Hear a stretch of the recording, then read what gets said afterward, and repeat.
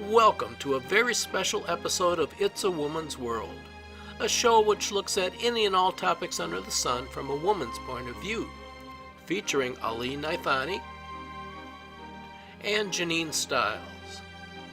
On today's episode, a survivor's story. Welcome to It's a Woman's World. Well, on the show today, we are pleased to introduce two guests who are with us. And first, I'd like to introduce Dr. Sabina Zimmering. Dr. Zimmering is a Holocaust survivor. She has written a memoir titled Hiding in the Open, which was published in 2001. She's also a doctor of ophthalmology. She has 3 children and 6 grandchildren. We also have a second-time guest. Dr. Ellen Kennedy is with us again. She came on to talk about the atrocities in Darfur with us, a few months back now. And she has graciously agreed to join us again today and has made a connection for us with Sabina. Yes. So welcome again. Just a quick background on Ellen.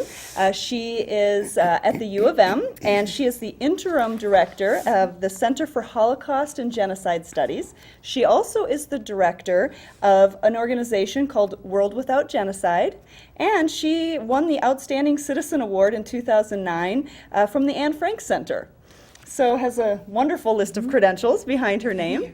But ladies, thank you so much for joining us today. It's a pleasure to be here. Nice to be here. Good. Thank you. Well, the topic that we're going to talk about today is certainly a tough one and a difficult one. And Sabina, we appreciate you coming to share your story with us.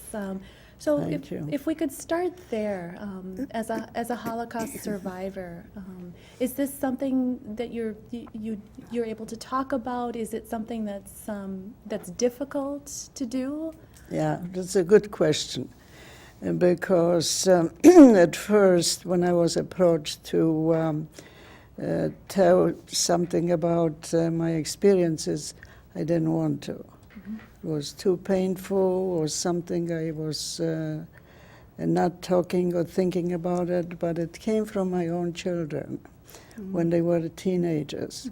When they were little, I was able to tell them what I think I want to tell them and just forget it, the rest. But for some reason, when they went to college, came back, all of a sudden they wanted to know everything.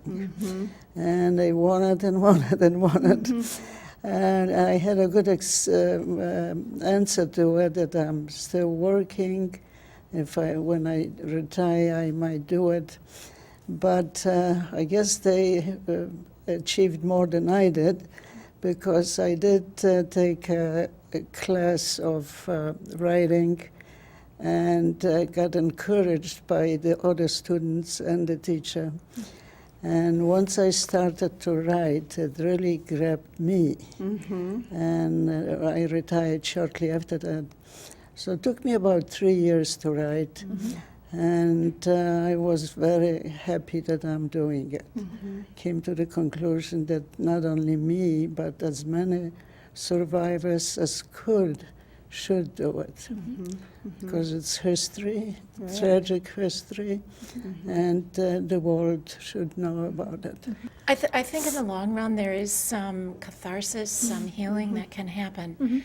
But I do believe that for almost everyone who has lived through these experiences and then shares these stories publicly, there's some level of re-traumatizing that happens because these memories come back. And these memories are of things that are so painful. Not only the personal experiences, but the recollection of the loved ones who were lost. Yeah. Unfortunately, with my brother, he was sick. What was he?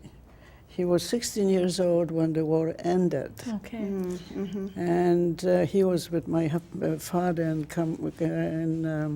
concentration camp. And unfortunately, my father was caught and sent off 3 days before the war was over. Wow. And he was there. He saw it.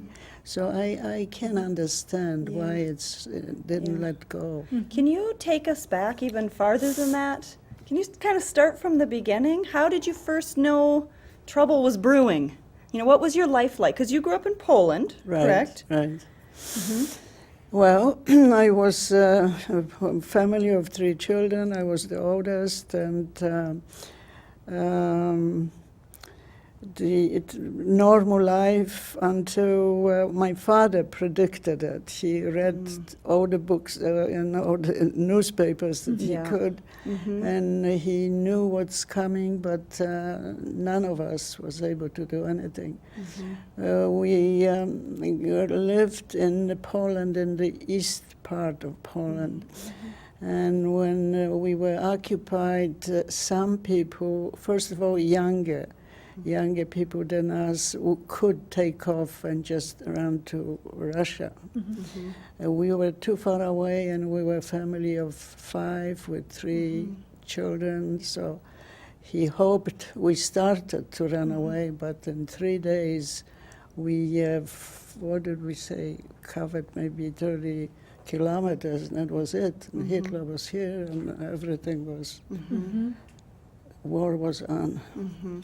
And Sabina, as I read your story, you refer to that moment as the knock at the door at night. Is that accurate? Is that what that was like? That you were afraid they would be coming to get your family, and Right. it would be a knock? Yeah. What you're talking about was in 1942, end of 1942.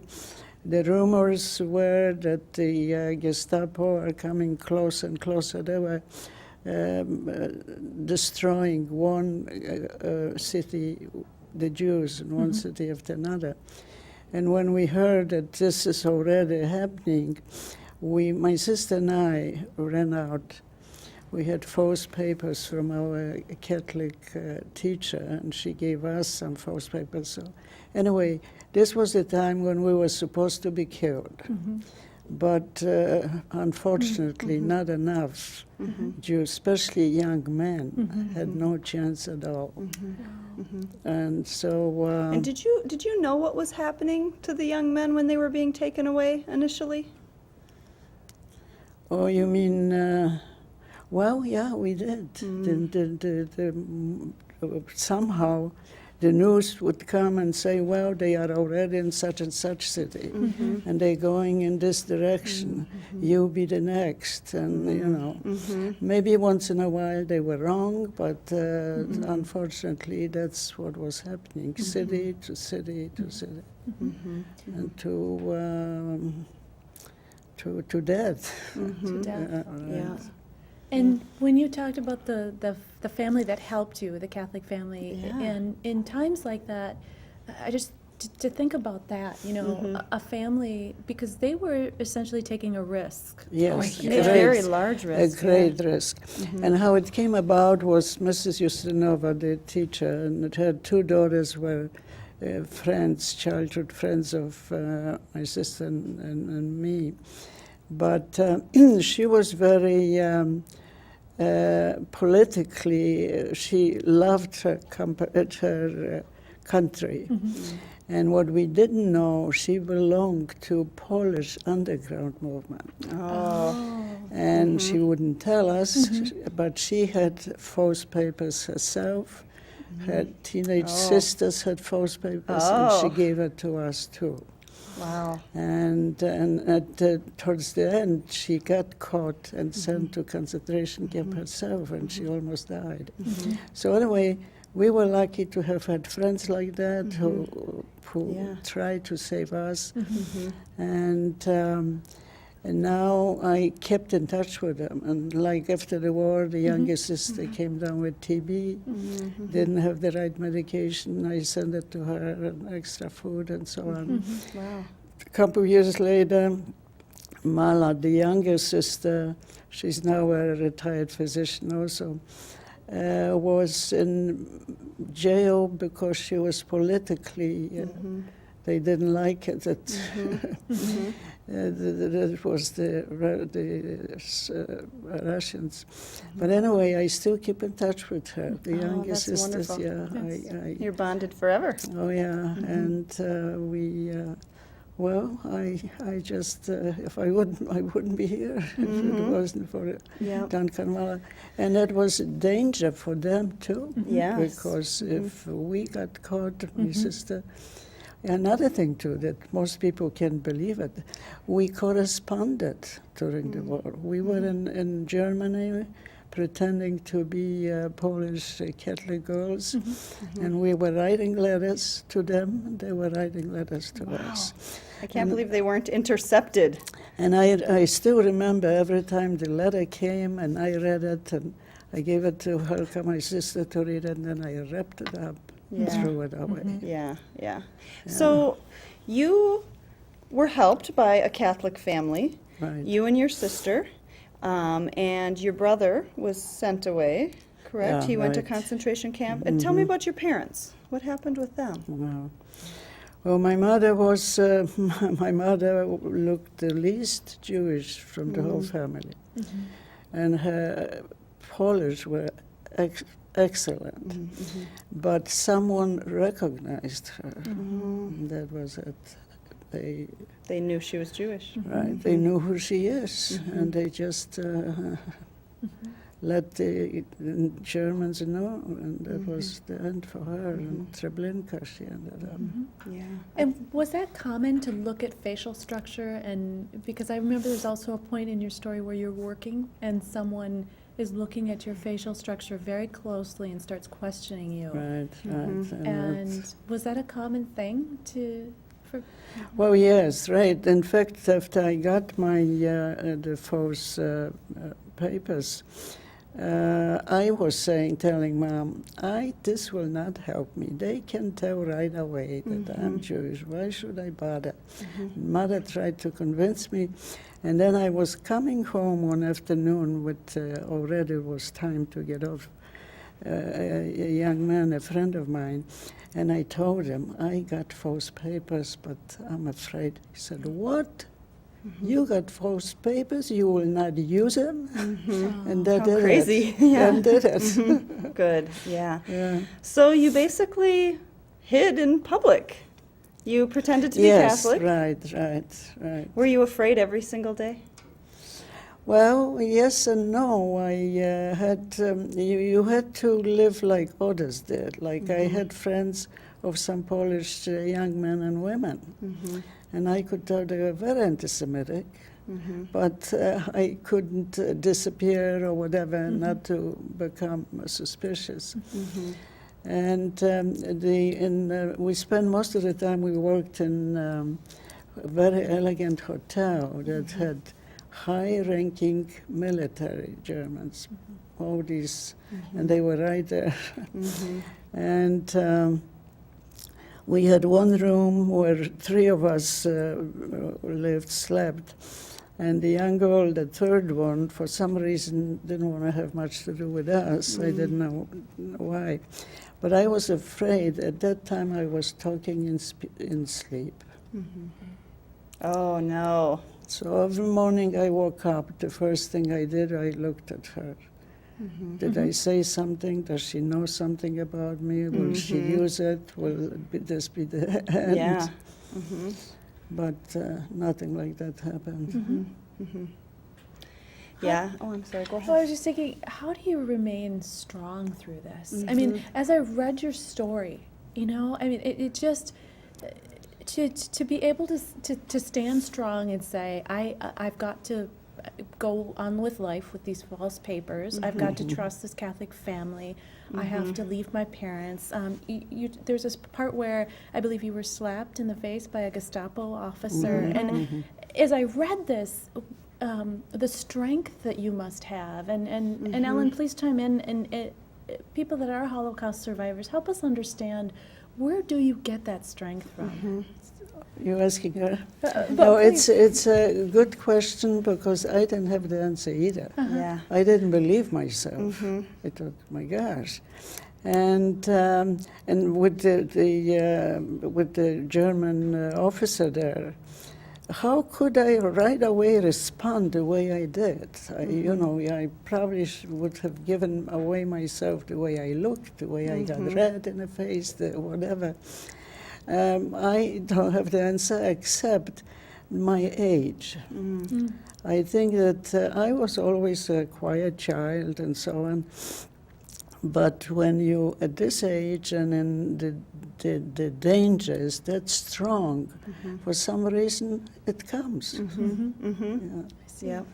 I think we underestimate the power of the human spirit, both for good and for evil. And I think what we see across many of the survivors is an enormous strength of purpose, a remarkable willingness to do whatever it takes to be able to survive. There is another survivor here in our community who was subjected to the experiments by Dr. Joseph Mengele, horrible medical experiments. And she says that when she first was taken away and taken to the camp, she was determined to survive. She simply made up her mind to survive. Now, that's not to suggest at all that people who perished did not have that same will to live. Right. But that there is something that we can call on, some reserve, that we don't even know that we have.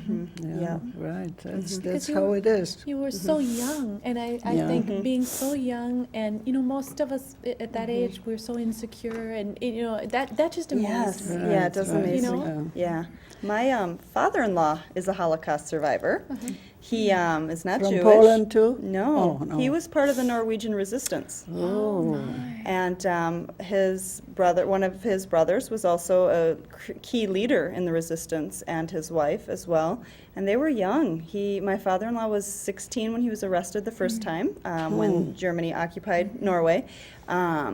And when he was arrested twice, and the second time they sent him to Buchenwald. boy. Yep, and he wasn't a key He player. in survived? it. He Survived? did. He did. They tried to turn the Norwegians because they're Aryan primarily, and so he was at Buchenwald and he watched a lot of people be walked off to die, and they were basically trying to brainwash the Norwegians into coming over to the other side, which they didn't.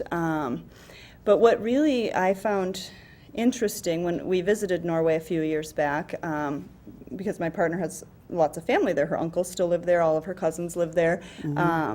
And it's a part of their day-to-day history. Like we were just out for a walk near their family house, and he was pointing down into the village and saying, "Oh, that top story of that house is where we had to live when the Germans kicked us out of our house." And a family took us in and we lived there. And that was just part of his, he was showing us where the market was and where, he was pointing out normal things, and that was part of his talk. And then we went to visit an in-law of theirs, and we're having this beautiful lunch out on the lawn, and this, we're looking at this house which is very old and been in their family a long time, and it overlooks the bay, and just, they were explaining to us the house and some of the history, and she's like, "Oh yeah, and here you can still see when the Americans came in to liberate Norway, they bombed the bay, and you can see where the shrapnel had hit the house, still to this day." And it's just a part of their, it was just part of their normal conversation. And for us here, it's something I studied in school. It's not part of our day-to-day existence. It's very real for them still. I think that's what really motivates Sabina, to try to make it part of our Right. day-to-day existence. And maybe you can say a few words about all the talks that you give at schools and faith communities and so on. And I understand Sabina's done 500 plus talks. Wow. Wow. 500. Wow! That's what her daughter has counted. Okay, let's go with that. I say it's think little less. That's that, impressive. Yeah. So what makes you do message? it? Yeah, what message do you bring when you speak? Well, first of all, when I speak to students, I'm glad to see teenagers, and I'm very glad that they listen. It's not easy to get teenagers to listen to you Yes? longer than a few minutes. Yeah, yep. Yeah. Well, I just I think that this is very important, and we're starting with young students is, well, I wouldn't say it's better than with adults, but I feel it's something that they should know, and especially makes me feel good when I catch them. I mean that they usually they sit down and look at me and then look at something else, and, or whisper to the girl or the boy that sits next, and then slowly they don't. They are listening to what I am saying. And also interesting are the questions after that. And quite often I catch who didn't listen and who does. Yeah. One of the most important things that I think comes out of these talks that Sabina gives is what she mentioned at the beginning, and that is how she didn't imagine that what happened during World War II, that kind of effort to exterminate people based on who they are, would continue throughout the 20th century and now in the 21st century. So I think that Sabina and other survivors from various conflicts who speak up are really trying to inspire all the rest of us to take a stand, to do something. As your father-in-law, grandfather, father-in-law at age 16 really took a stand and joined the resistance, and your teacher was part of the resistance. We use that word upstander to refer to those people. Genocide happens because we let it happen. There were a lot of people that were quiet. That's right. You know, That's so right. it is very empowering to me to hear the story of Norway, because not all Scandinavians were part of the resistance. Sweden, Yes. especially. Yep, and those issues still exist among them today, I think, a little bit. really? So, Absolutely. and it just kind of makes me wonder, like, if that, you know, like, are we doing that today? Are we the ones not saying anything? You know, because this is happening all over the world, and just because it's not happening next door. That's right. That's right. Right. Well, you know, after the Holocaust, people said those two little words, never again. But in the 1970s, there was a genocide in Cambodia, and a third of the population died.